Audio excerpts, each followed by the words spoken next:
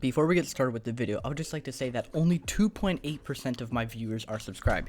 Now, I think the reason of that is because only one of my videos has really seen any views, so that would probably be the reason. But let's hit that subscribe button so I can get to my goal of 1,000 subscribers pretty soon. So thank you everyone for your support, and enjoy the video. Hello everyone, Noel from 10G Tech here, and today we're going to be talking about 3G. So as most of you know, 3G is being phased out. It's an old technology, and they're saying it needs to go. And what I mean by they is the people who control the telecommunications in the US. That would be AT&T, T-Mobile, and Verizon. And don't forget that T-Mobile owns Sprint. Now, if you're like me and you don't live in the US, this doesn't really apply to you. A lot of other countries are keeping 3G and 2G just like normal, but in the US they're trying to push it out of the way to make more room for 4G and 5G so they can make more money, because there's not that many people who use 3G anymore, so there's no financial incentive for them to keep it rather than to phase it out and replace it for 4G or LTE 5G. So that's what's happening to 3G in the US. But just because you don't live in the US doesn't mean you're safe.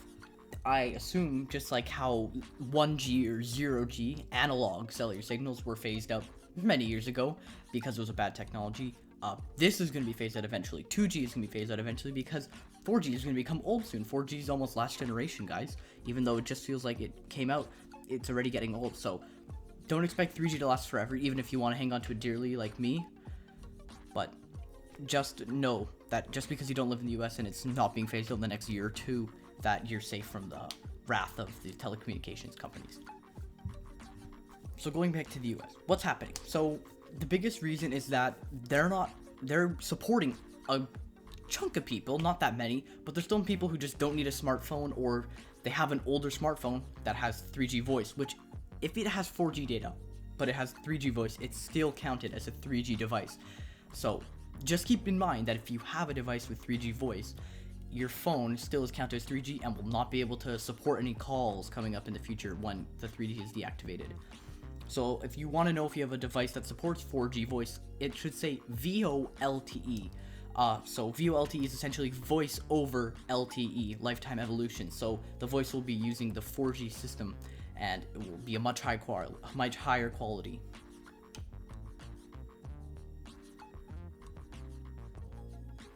But yes, in the US, there's places that don't really have 4G coverage yet because they just have no target audience there, because 4G is kind of expensive. It requires a lot of money and power to set up and run.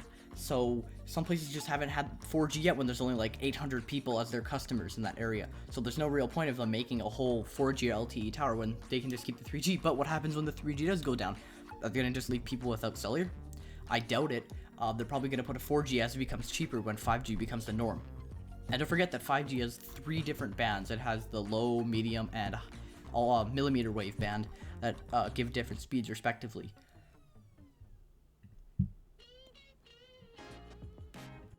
So going back to our topic about the 3 or 4, however you classify, big carriers in the US, it seems like Verizon wanted to cut 3G by the end of 2020, but they didn't. And it seems like they're going to be doing it sometime early in 2021, but as soon as they want to and can, they're going to try and kill 3G. Now moving on to T-Mobile and Sprint, their 3G CDMA network, which is Sprint, is pretty much dead, but 3G as a whole for them is pretty much trying to die by the end of this year. So fall, November, you should expect your 3G signal to go away, but they've delayed it before, so let's see if they delay it again, just like Verizon. And AT&T has been solid for saying about 2022 they're going to kill their 3G. So early 2022 you can expect your AT&T signal to go off. So what if you still use a 3G device? Well, here's your options. Pray that there's another cell carrier, which there probably won't be because they bully them out of the market. But anyways, pray that there's another carrier, which there probably won't be, and if there is, it's going to be expensive, but pray there's another character, or you can go and get a new device, which is probably the option you're going to have to do, and it is the most realistic. But if you're going to get a new device, what do you want? Well, there's flip phones with 4G, and they have voice over LTE. I use the Alcatel Go Flip 3 as my flip phone device. I don't use it as my primary device, but I have it, and I'd recommend that one. And even though it's a 2019 device, there's probably going to be a 5G flip phone soon, although the biggest problem with 5G right now is the chips aren't the most efficient with it, and it takes a ton of battery. So let's see what happens to 5G. But anyways, you're gonna have to get a new device. So you can get mid-range devices with 5G and tons of cheap devices with 4G. So that's gonna be no issue for you. I know some people don't want a smartphone, that's fine, but you can still get a device that isn't a smartphone and has the features. I also know that the Go Flip 3 is kind of a smart flip phone, a feature phone, so there are some actual phones like a Cairo Sia, I believe. Those are really like, not dumb phones, because no phone is really dumb, but it's a featureless phone.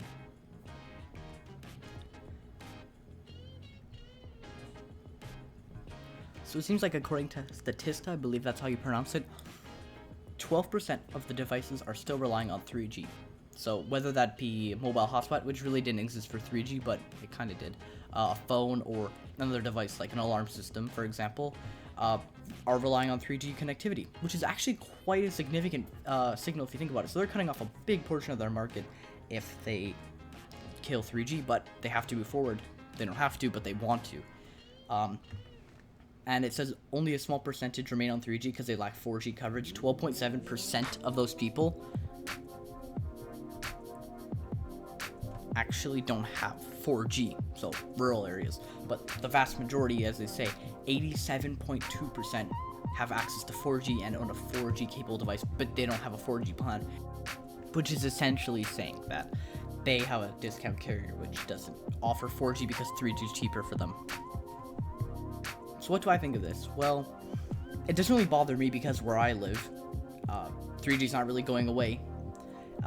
It will probably soon, but not at the moment, so I can enjoy my 3G devices for a bit longer, like my Nokia 3310 3G, which I will do a review on very soon, so stay tuned for that. But if you live in the US and you are loving your 3G device, I'm sorry. There's nothing you can really do. You just kind of have to accept the fact that 3G is going away. And as painful as that is to say, I mean, we have to move forward. We moved forward from other stuff before, so like flip phones and brick phones aren't really that big anymore. They still exist, kind of like 3G, but they're not really relevant to our lives. And honestly, living with a T9 phone, easier said than done. Like Alcatel Go Flip 3 with its voice commands makes it easier, but it's still very challenging because we expect our phones to do so much these days that it was a lot simpler. And some people want the simplicity of a feature phone, so that's why they get them, and that's fine because that's a market of people. But as a tech reviewer, I have to explore everything. So that's my take on 3G. I really like 3G. It's nostalgic for me because I have so many good devices that use 3G, but unfortunately 3G is going away, and we kind of have to accept that. So thank you for watching this episode of Tech Talk, and I'll hope to see you guys soon.